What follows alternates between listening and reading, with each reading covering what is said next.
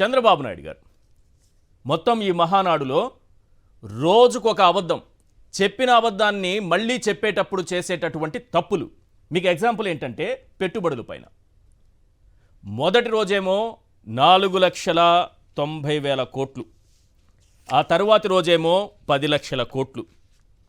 ఈరోజు నారా లోకేష్ గారేమో 8.5 లక్షల కోట్లు. అసలు ఎన్ని లక్షల కోట్లు తీసుకొచ్చారనేది వీళ్ళకి లెక్కలేదు. అసలు ప్రజలంటేనే లెక్కలేదు వీళ్ళకి. ఈ లెక్క ఎందుకు ఉంటుంది? చెప్పేది అబద్ధం, ఆ అబద్ధాన్ని ఎన్ని లక్షల కోట్లు చెప్తే మాత్రం ఏముంది? వినేవాడు పచ్చ చెవులోడైతే చెప్పేది చంద్రబాబు లోకేష్ అన్నట్టుగా ఉంది. రోజుకొక అబద్ధమా? ఇక్కడ చూడండి, ఫస్ట్ డే చంద్రబాబు నాయుడు గారు ఒకసారి చూపిస్తాను చూడండి. 11 నెలల్లో 4.95 లక్షల కోట్ల పెట్టుబడులు. సూపర్, ఎంత బాగా రాశారు చూడు, ఆంధ్రజ్యోతిలో రాశారు. 11 నెలల్లో ఒకసారి చూపించండి. 11 నెలల్లో 4.95 లక్షల కోట్ల పెట్టుబడులు. బాగా చూడండి, ఇది నిన్నటి పేపర్, అంటే మొన్న మాట్లాడారు చంద్రబాబు నాయుడు గారు, నిన్న పేపర్లో వచ్చింది. ఓకేనా? ఇక నిన్న మాట్లాడారు. నిన్న ఎంత చెప్పారో తెలుసా? కనిపిస్తోందా మీకు? 11 నెలల్లో 4.95 లక్షల కోట్లు. కొంచెం ఇంకా జూమ్ ఇన్ తీసుకోవచ్చు.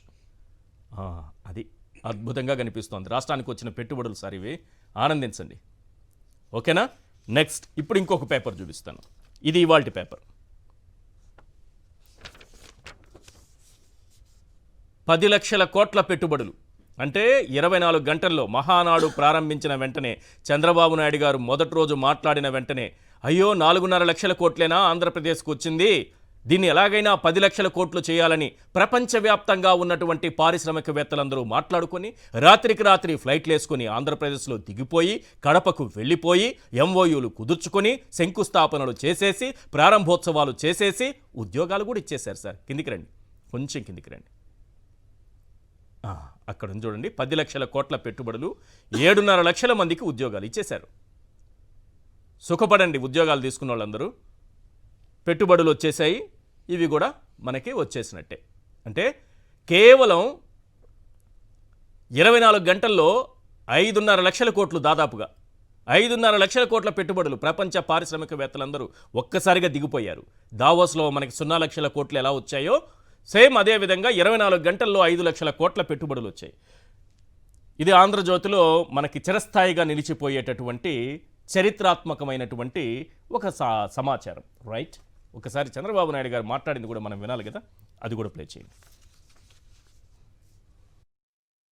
పారిశ్రామికవేత్తల్లో నమ్మకాన్ని కల్పించి పెట్టుబడులు తీసుకొస్తున్నాం. 11 నెలల్లో 6 స్టేట్ ఇన్వెస్ట్మెంట్ ప్రమోషన్ బోర్డు మీటింగ్లు పెట్టి 76 ప్రాజెక్టులకి శ్రీకారం చుట్టాం. దీనివల్ల 4,95,000 కోట్ల రూపాయలు పెట్టుబడులు వస్తున్నాయి. 4,57,000 మందికి ఉద్యోగాలు వస్తున్నాయని చెప్పి కూడా నేను మీకు తెలియజేస్తున్నా. 10 లక్షల కోట్ల రూపాయలు పెట్టుబడులు వస్తాయి. దీనివల్ల 7,50,000 మందికి ఉద్యోగాలు వస్తాయి. ఇప్పటికే ఈ రంగంలో మీరు చూస్తే 6 లక్షల కోట్ల రూపాయల పెట్టుబడులు వచ్చాయి. ఎన్ని లక్షలు వచ్చాయని మీకు ఏమైనా అర్థమైంటే మీరు రాసి పెట్టుకోండి, హ్యాపీగా ఉండండి. మొత్తానికైతే నిన్నటి పేపరు ఈరోజు పేపర్ చూస్తే దాదాపుగా 5 లక్షల కోట్లు పెరిగాయి. ఓవరాల్గా దాదాపుగా 5 లక్షల కోట్లు పెట్టుబడులు అప్పటికప్పుడు పెరిగిపోయాయి. పారిశ్రామికవేత్తలందరూ వచ్చేశారు. రైట్, ఈ అంశాలపైన మనం మాట్లాడదాం. అసలు ఈ 3 రోజుల మహానాడుతో పార్టీకి సంబంధించింది కాబట్టి పార్టీ పరంగా సాధించింది ఏంటి, అదే పార్టీ అధికారంలో ఉంది కాబట్టి అధికార పార్టీగా సాధించింది ఏంటి, ఈ ప్రజలకు ఒరిగింది ఏంటి, సూపర్ 6 లాంటి హామీల గురించి ఒక్క మాట మాట్లాడకుండా కేవలం జగన్ను తిట్టడానికే. అవి ఏంటి?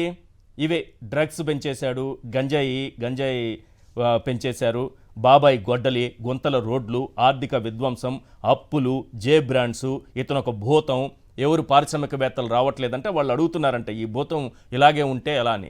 ఆ భూతాన్ని నేను శాశ్వతంగా సమాధి చేసేస్తాను, మీరు రావచ్చని పారిశ్రామికవేత్తలకి చంద్రబాబు నాయుడు గారు చెప్పారట.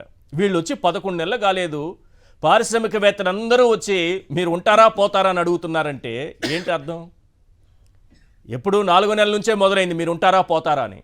పారిశ్రామికవేత్తలు అన్నమాటే లోకేష్ గారు చెప్పారు, ఇప్పుడు చంద్రబాబు నాయుడు గారు చెప్పారు, ఆ మధ్య కూడా చంద్రబాబు నాయుడు గారు చెప్పారు. అంటే ప్రపంచవ్యాప్తంగా పారిశ్రామికవేత్తలకు కూడా తెలిసిపోయింది వీళ్ళ పరిపాలన ఎలా ఉందనేది.